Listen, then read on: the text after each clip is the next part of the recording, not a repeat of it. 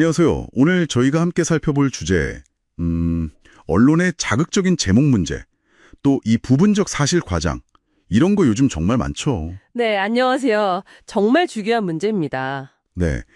그래서 이게 정보가 너무 넘쳐나니까 어떤 걸 믿어야 할지, 어떻게 받아들여야 할지 좀 혼란스러울 때가 많으실 거예요. 맞아요. 보내주신 자료들을 보니까 언론이 독자 시선을 끌려고 정보를 어떻게 가공하는지 그 이면이 잘 드러나 있더라고요. 네, 그렇죠.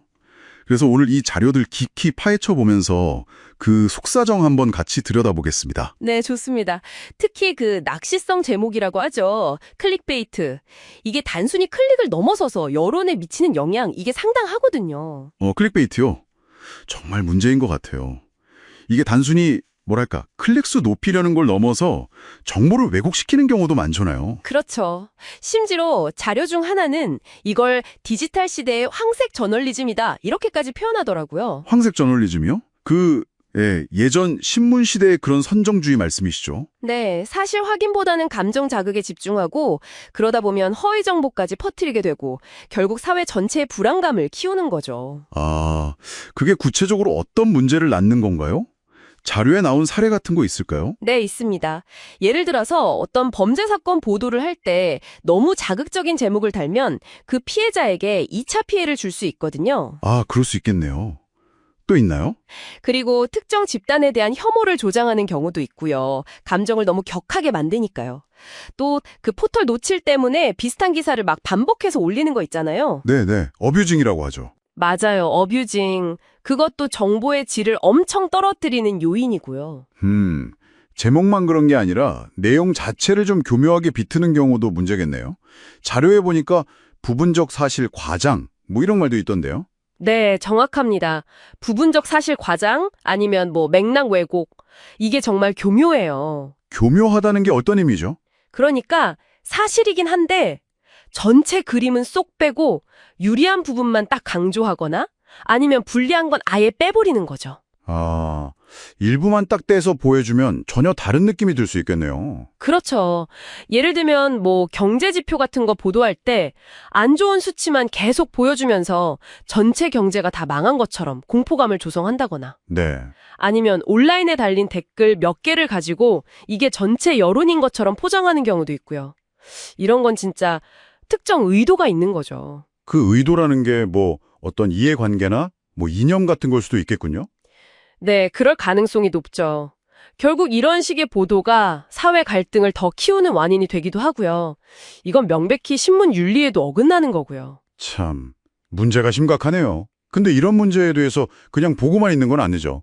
비평가나 감시단체 얘기도 자료에 있던데요. 아, 네, 당연히 그런 역할을 하는 곳들이 있습니다. 그 중요성이 점점 커지고 있고요. 예를 들면 어떤 것들이 있을까요? 한국에서는 민언련, 시민언론민주연합이 대표적이고요. 국제적으로는 팩트체크.org 같은 팩트체크 전문기관들도 있죠. 아, 민원련이요. 들어봤어요. 네, 이런 단체들이 언론 보도를 계속 모니터링하고 분석하고 문제점을 지적합니다. 구체적으로 어떤 활동을 하죠? 보고서를 내기도 하고 토론회 같은 걸 열어서 공론화하기도 하고요. 언론사들한테 좀 더 책임감 있게 공정하게 보도하라고 압박하는 거죠. 시민들이 직접 감시하는 활동을 지원하기도 하고요. 그렇군요. 언론 스스로 좀 정화하려는 노력도 중요하겠지만 이런 외부 감시가 꼭 필요하겠네요. 네, 반드시 필요합니다. 이런 활동들이 결국 언론의 자정 노력을 이끌어내는 동력이 되기도 하거든요. 결국 보면 언론의 책임도 크지만 그러니까 정보를 받아들이는 우리 스스로도 좀 깨어 있어야 한다는 거네요. 맞습니다. 그게 핵심이에요. 오늘 살펴본 자료들이 그걸 계속 강조하고 있고요.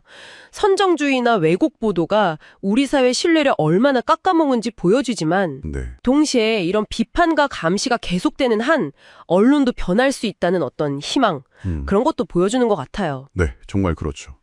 결국 정보를 비판적으로 시용하는 자세, 이게 정말 중요하겠네요. 제목만 보지 말고 내용 맥락까지 보고 또 여러 기사 교차 확인하고. 네, 그런 습관이 중요합니다. 끊임없이 질문하고 확인하는 자세요. 정보의 홍수 속에서 진짜 길을 잃지 않으려면 필수적이겠어요. 자, 그럼 이 모든 논의를 종합해보면 우리가 여기서 얻어야 할 가장 중요한 메시지는 뭐라고 생각하세요?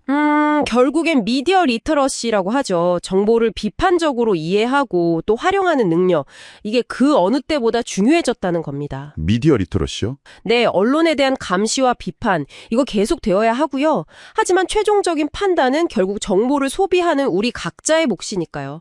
스스로 현명한 정보 소비자가 되어야 하는 거죠. 네, 오늘 저희와 함께 이 문제를 깊이 들여다본 시간이 당신이 뉴스를 보는 관점을 조금이나마 새롭게 하는 계기가 되었으면 좋겠습니다. 네, 그랬기를 바랍니다. 마지막으로 이런 질문 한번 던져보고 싶네요. 만약 당신이 매일 접하는 그 뉴스들 속에 어쩌면 의도적인 편집이나 과장이 숨어 있을 수 있다는 사실을 알게 된다면 앞으로 어떤 기준으로 정보를 선택하고 또 신뢰하시겠습니까? 한번 깊이 고민해 보실 문제입니다.